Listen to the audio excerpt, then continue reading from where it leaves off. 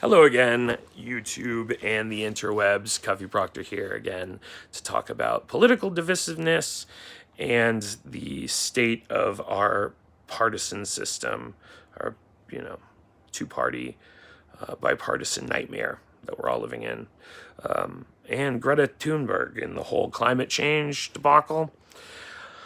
So I was literally uploading something from earlier, but I decided to not upload that version and re-record this because, like all of us should be doing, I'm trying to reanalyze the way I'm approaching it, what I'm thinking about regarding these specific comments from the president towards this 16-year-old girl. And so here's the couple of things. And I think initially my knee-jerk reaction was like, what the fuck? Like, really, dude? You're old enough to know fucking better than that. Like, come the fuck on. But as time adjusted and I, thought with a little more clear brain, like we all should, because most of you fucking people just go right off the rail. I do it too. But, learn to take a breath. Think about it logically. And so what I've come to the conclusion of, and maybe it's a different conclusion than the rest of you, probably most likely is that, look, there is a responsibility to the president. I think he's the leader of the free world. Like, he's got better things to do than be tweeting on his fucking phone at 3 a.m. or whatever the fuck it is he decides to send these messages. Time management is a problem in my life, and I can't be fucking busier than him. So I would imagine there's some precious time that he's shifting from something else to her. That's my concern, I think, more than anything, would be his mental unravel there. Like, prioritizing, maybe it is, he's just like, no, this is more important. For whatever reason, it's not more important than other things he's got to do. And I think it's irrelevant to the point that where the fuck were her parents in all of this? And that's the right argument. It's like, I think it's a straw man argument, I'll be honest. In some ways, like, oh, no, don't look at the president. Look over here. What were her parents? Like, that's irrelevant to the fact that he's still, messaging her. But he didn't attack her or bully her. And I think that that's where the thing goes wrong and where I think I initially reacted. But her parents are putting a fucking target on their daughter, if you really think about it. Politically, in real life, like, it's just, it's irresponsible, I think, as a parent.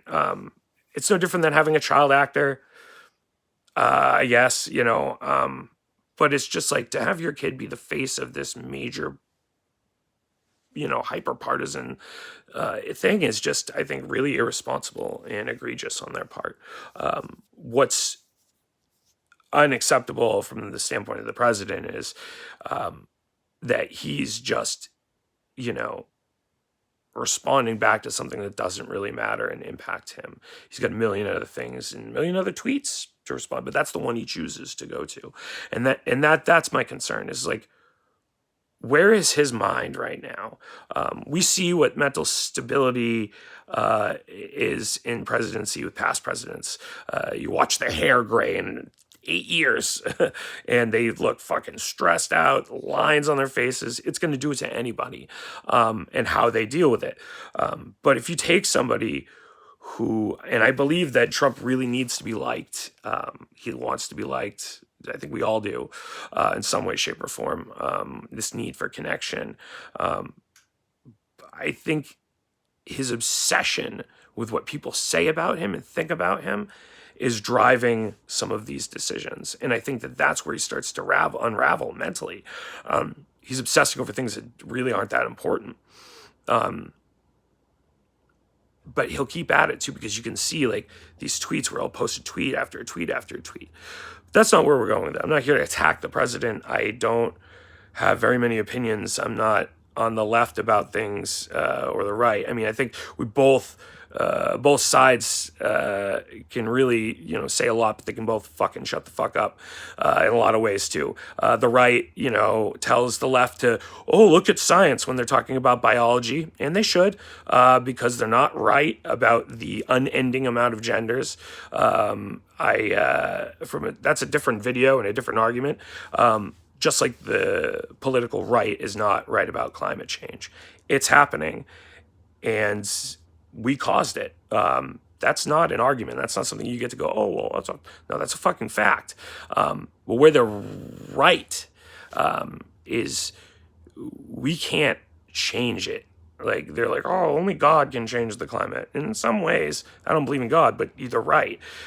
We're not going to alter things that much, that quickly in the time frame that we're going to see these major changes in catastrophic weather and all that stuff.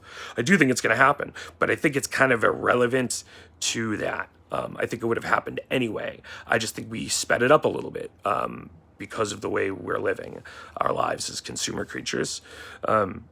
But it would have happened anyway.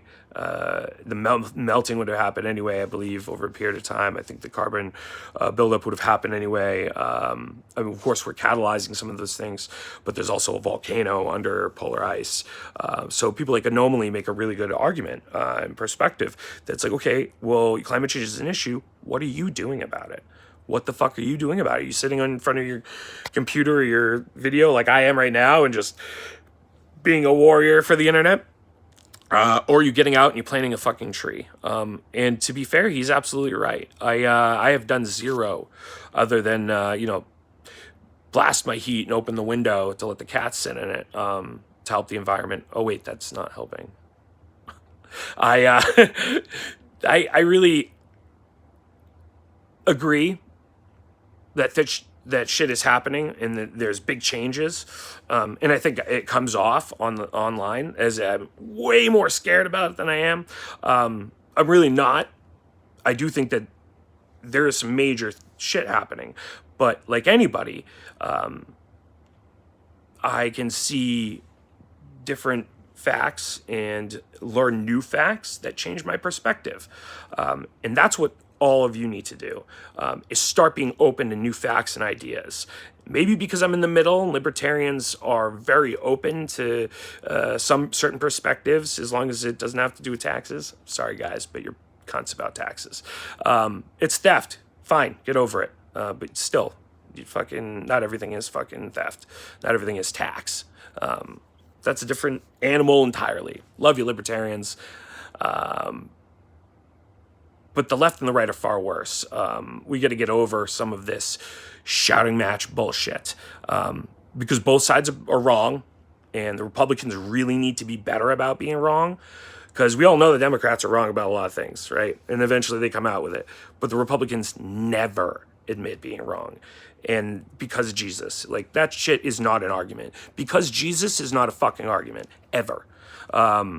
You can believe in Jesus, you can believe in God, you can believe in Muhammad, you can believe in whatever you want. But the minute you start making legislation based on non-facts, that's where we start to have a problem. That should only be based on things that we can test in reality constantly. Opinion, fact, it doesn't matter. At the end of the day, we really need to work better on finding middle ground and being open to new ideas. It's okay to be wrong, and you should try to be wrong more often. I was obsessed with being right for so long that it got in the way of facts and learning. And you can only do that for so long until facts force you to learn, or life puts you in a position where you have no choice but to learn. Life's kind of funny like that. Sit you down, make you sit with your shit and deal with it, and accept you're not right, because not everybody is right about everything. I think a lot of time, most of us are wrong, and we just are afraid to admit it. I embrace being wrong. The more I'm wrong, the more I learn. And if we all think like that, I think we can get in that direction of coming together and getting away from political divisiveness.